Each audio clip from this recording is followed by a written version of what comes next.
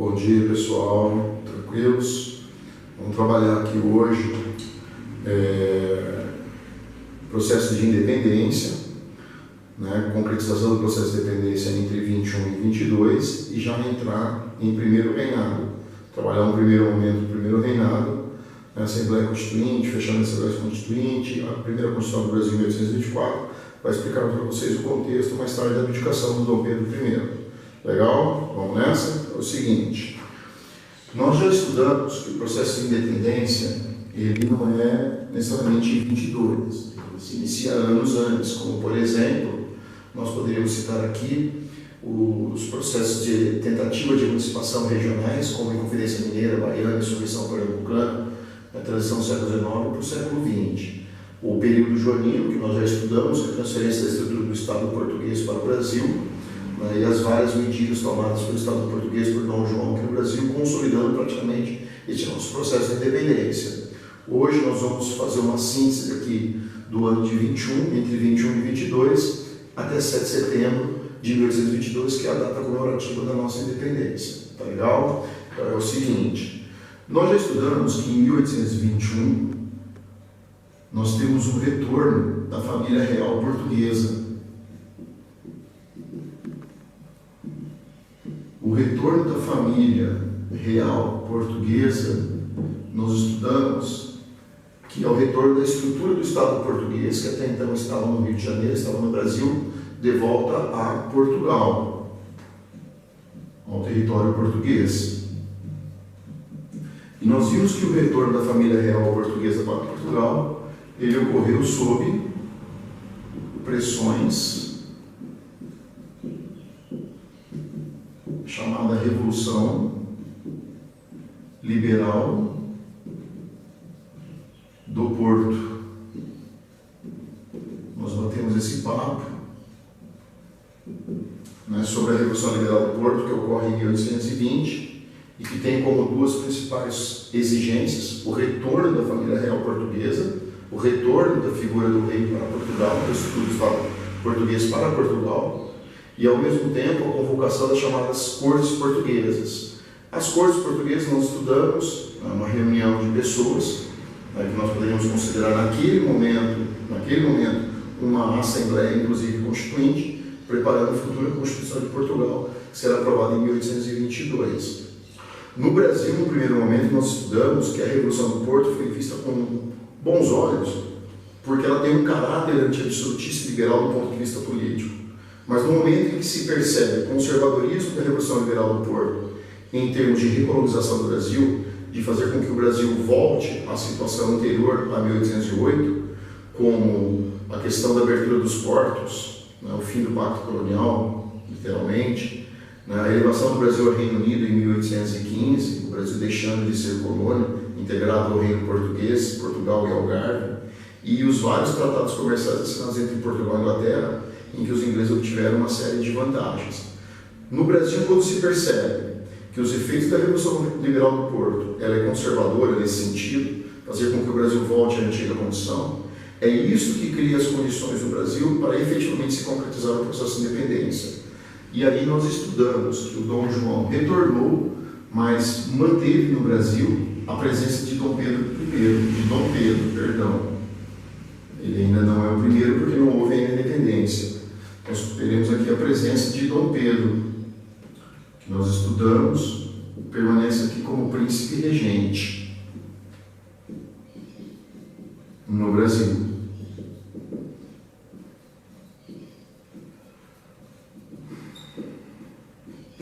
E aí nós já estudamos, batemos o papo, só estou retomando aqui para a gente começar a aula de hoje, haverá em torno da figura política do Dom Pedro a articulação para o processo de independência entre 21 e 22, à medida que se percebe que em Portugal a tendência ela é recolonizadora.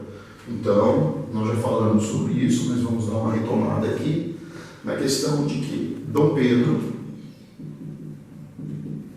uma liderança importante política nesse momento, começa a se aproximar e se aproxima de Dom Pedro um grupo de políticos. Nós batemos esse papo. Este grupo de políticos que se aproxima de Dom Pedro passa a delegar poderes a Dom Pedro,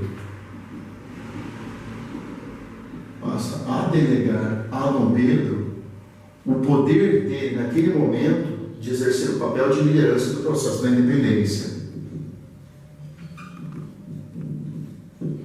Então, há um grupo de políticos que delega poderes ao Dom Pedro para que ele exerça essa liderança neste processo de independência, entre 21 e 22. No momento em que esse grupo político delega ao Dom Pedro poderes para que ele lidere, Dom Pedro, a figura política de Dom Pedro, acaba por unir esse grupo. Qual é o problema aqui de uma aula tão rápida sem poder aprofundar algumas questões? Quando eu falo de um grupo de políticos, não nos esqueçamos que dentro desse grupo político eu tenho uma série de lideranças com visões diversas sobre a própria independência e principalmente sobre a forma de se organizar o Estado brasileiro após essa independência. Então, ele não é tão homogêneo quanto se parece. Há uma heterogeneidade política aqui, há uma série de lideranças aqui dentro. Porém, essas lideranças, nesse momento, elas estão unidas em torno de Dom Pedro, para que Dom Pedro lidere esse processo. Portanto, aqui eu tenho lideranças unidas através da figura política de Dom Pedro, que como líder acaba por uni-los. Com isso, nós estudamos que, de certa maneira, eles acabam por isolar. Eles vão aqui, de certa maneira, isolar outras lideranças. Nós também temos outras lideranças políticas espalhadas pelo Brasil. Outras lideranças de tendência republicana.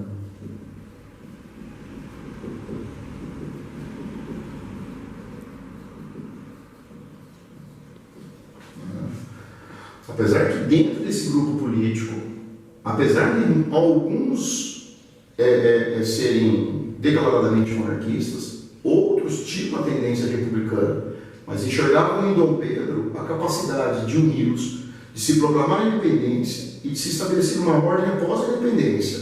A independência é um processo complexo, é um processo de ruptura, portanto tem-se o que vai acontecer no processo posterior. Então, alguns acreditam que apenas através da monarquia, da estrutura de um Estado que já existe no Brasil, por causa da presença da família real portuguesa entre 1808 e 1821, através dessa estrutura monárquica, evitaria-se, no processo posterior à independência, uma maior instabilidade, né? Como, por exemplo, o que está acontecendo na América Espanhola. Não quer dizer que a monarquia seja superior à república em termos de organização política, é que a estrutura política que já existia no Brasil seria capaz de manter uma ordem após a independência. Então, até mesmo alguns republicanos nesse momento cedem à tendência monarquista por acreditar, por exemplo, nessa tese. Mas nós temos várias lideranças, nós temos vários elementos, vários políticos de importância, e não apenas o Dom Pedro I, ok? Muito bem. Então, revisando um pouquinho. Dom Pedro passa a ter poderes, a se delegar poderes a ele para que ele exerça essa liderança. Portanto, ele mantém esse grupo unido, mais coeso, mais homogêneo. Outras lideranças republicanas são afastadas desse processo, não terão uma participação direta nesse processo, apesar de também existir. Qual o fato importante que nós temos que destacar agora aqui? Ao estudarmos esse período, a gente percebe que a maioria, não todos, mas a maioria dos líderes políticos presentes nesse grupo, eles estão no eixo Minas, São Paulo, Rio de Janeiro. Este eixozinho será fundamental na condução da independência em torno de Dom Pedro nesse momento. Mas, por exemplo, nós temos a região Nordeste, lá você tem uma série de outras lideranças, muitas inclusive republicanas, mas alijadas nesse momento desse processo. E não se esqueça que dentro desse grupo político, apesar de haver uma presença maior desse eixo Minas, Rio e São Paulo, nós também temos elementos vindos de estados, de regiões do atual Nordeste brasileiro. Correto? Beleza?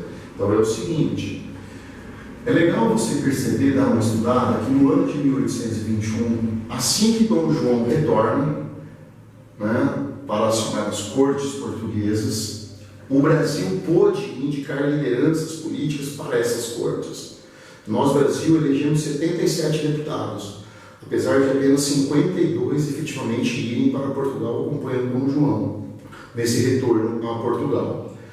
O Brasil pôde eleger 77 representantes para as cortes portuguesas, para esta Assembleia que vai preparar a primeira Constituição de Portugal, porque o Brasil desde 1815 não é mais colônia, o Brasil foi levado a Reino Unido, nós batemos esse papo durante o chamado período joanino. Dos 77, apenas 50 e poucos vão a Portugal.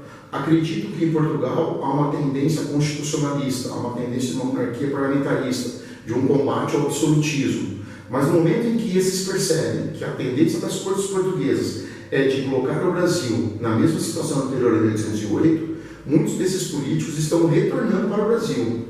E ao retornarem para o Brasil, trazem essas mensagens vindas de Portugal, recolonizadoras, estimulando ainda mais o processo de independência em torno da figura política do Dom Pedro. É isso que a gente percebe ao longo de 1821. Porém, esse processo se consolida ao longo do ano de 1822. O que a gente percebe no ano de 1822? Vou citar alguns fatos históricos importantes para que você perceba que há um jogo político em torno do Dom Pedro I. Por exemplo, nós vamos ter no dia 9 de janeiro de 1822 o famoso dia do fico, né? Que nós sabemos que existe uma certa idealização em relação a ele, o discurso que Dom Pedro teria feito da sacada, do palácio, né? A população, conclamando a população. Nós sabemos que isso não existiu, né? Nós sabemos que isso foi uma idealização em torno da figura do Dom Pedro I. O que houve aqui é que em dezembro de 1821, a partir das mensagens emitidas pelas cortes portuguesas de uma tentativa de colocar o Brasil novamente na situação de colônia, políticos do eixo, principalmente Minas, Rio e São Paulo, chamado Clube da Resistência, passam a articular um abaixo-assinado para pressionar Dom Pedro a ficar e não voltar para Portugal. Então, uma noção bacana que o aluno deve ter. Nós sabemos que ao longo de 1821, depois do retorno de Dom João, a pressão das cortes portuguesas é para que Dom Pedro não permaneça no Brasil, para que Dom Pedro volte a Portugal. Não há necessidade de ter um príncipe regente, filho do rei no Brasil, se eu quero colocar o Brasil novamente na condição anterior a 1808, a condição de colônia. A pressão para que Dom Pedro retorne deixa a classe política brasileira extremamente tensa, porque percebe-se que o retorno do Dom João é claramente uma tentativa de colocar o Brasil novamente na situação de colônia. Então há uma pressão sobre Dom Pedro para que ele permaneça, como há uma pressão para Dom Pedro para que ele retorne. Então, retomando, quem quer que Dom Pedro retorne? As cortes portuguesas. Quem quer que Dom Pedro retorne? Portugal. Quem quer que Dom Pedro permaneça? Políticos brasileiros que articulam a independência em torno do Dom Pedro e que percebem que esse momento ele é extremamente importante. O Clube da Resistência, formado a partir de dezembro de 1821 por políticos mineiros, paulistas e fluminenses, para aumentar a pressão sobre Dom Pedro pela sua permanência. É um abaixo-assinado com mais de 8.000 assinaturas, entregue a Dom Pedro I no dia 9 de janeiro, e este assinando documentos e cartas indicando a sua permanência e não o seu retorno. Então o dia do fico tem qual importância? Não o discurso que teria ou não feito, mas a pressão que Dom Pedro sofre da classe política brasileira, do chamado Partido Brasileiro, para que ele permaneça e em torno dele se realize, se concretize o processo da independência. Correto? Outros fatos que eu vou citar aqui rapidamente é para mostrar para você como existe essa articulação em torno do Dom Pedro. Então seria fundamental nós entendermos o dia 4 de maio de 1822. No dia 4 de maio de 1822, nós temos o decreto do Cumpra-se. O decreto do Cumpra-se é um decreto em que dá a Dom Pedro o poder de dizer quais decretos enviados pelas cortes portuguesas, pelo Estado português, terão ou não validade aqui no Brasil. Ou seja, estou dando poderes ao Dom Pedro para decidir quais decretos portugueses terão ou não validade aqui no Brasil. Ou seja, estou delegando ao Dom Pedro poderes. Eu estou dentro desse processo. Este grupo político, unido em torno do Dom Pedro, entrega a ele o poder de decisão, sobre os decretos portugueses, como se Dom Pedro estivesse acima da autoridade das cortes portuguesas. E um outro fator que eu acho fundamental destacarmos é a questão de uma convocação de uma Assembleia Constituinte.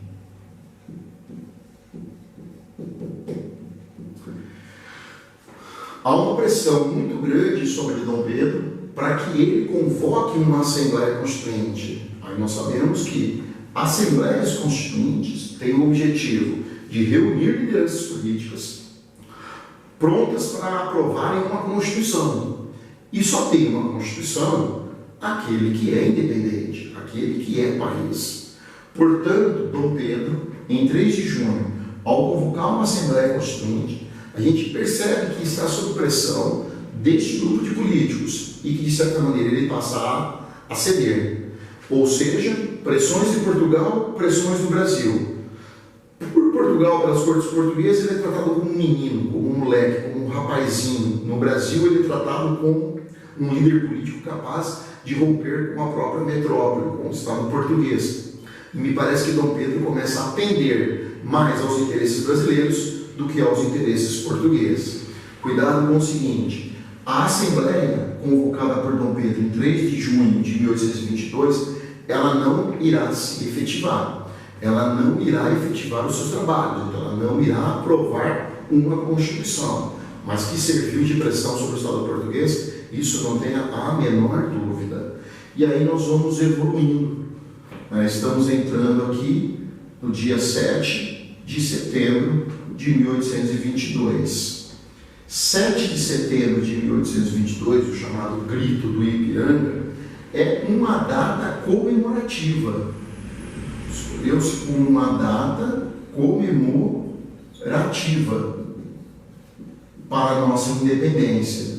Até a década de 50 do século XIX, ao longo do Segundo Reinado, não se chegou a comemorar o 7 de setembro como a nossa data de independência. Essa data ela foi sendo estabelecida aos poucos, inclusive para valorizar a própria figura do Dom Pedro ao longo do governo de Pedro II, pai de Pedro II, família de Bragança. Então, o que nós vamos trabalhar na próxima aula? No dia 7 de setembro de 22, nós temos a data comemorativa da independência. Vamos falar um pouquinho sobre isso. Dom Pedro fazia uma viagem a São Paulo, Minas Gerais, São Paulo, a partir do Rio de Janeiro. Minas Gerais, São Paulo. Na sua viagem de retorno, Dom Pedro recebe um conjunto de vários documentos enviados pelas cortes portuguesas, que exige o seu imediato retorno. É nesse momento que um dos principais articuladores da nossa independência, Bonifácio de Andrada e Silva, que no Brasil é comemorado como patriarca da independência, escreve documentos, junto com Dona Leopoldina, esposa de Dom Pedro, também escreve documentos, cartas a Dom Pedro, o informando do que está acontecendo naquele momento, e indicando que ele deveria, a partir daquele momento, romper com Portugal, tomar uma decisão definitiva, ou voltar para Portugal, ou permanecer no Brasil, proclamando assim a independência e tornando-se assim o nosso primeiro rei. Dom Pedro recebe esses documentos ali próximo, ao Vale do Rio Ipiranga, em São Paulo. Desse documento ele faz uma leitura, desse documento ele resolve, ele toma uma decisão pela independência, e tem toda aquela questão da idealização em torno do chamado Grito do Ipiranga. Nós temos um pequeno grupo em torno de Dom Pedro. Desse pequeno grupo, alguns personagens escrevem inclusive sobre o que ocorreu, e sempre se colocando como protagonistas. Então sempre existe aquela questão da interpretação. O padre Belchior, que é um dos conselheiros de Dom Pedro que se fazia presente, o levou naquele momento a tomar uma decisão, não porque Belchior faz com que Dom Pedro proclame independência, mas o teria levado uma decisão final de rompimento com Portugal. Essa questão que a gente trabalha um pouquinho mais nas próximas aulas, para a partir desta data passarmos a entender a efetivação da nossa independência, Dom Pedro, coroado rei de Portugal em dezembro de 1822, iniciando assim o primeiro reinado. Valeu? Legal?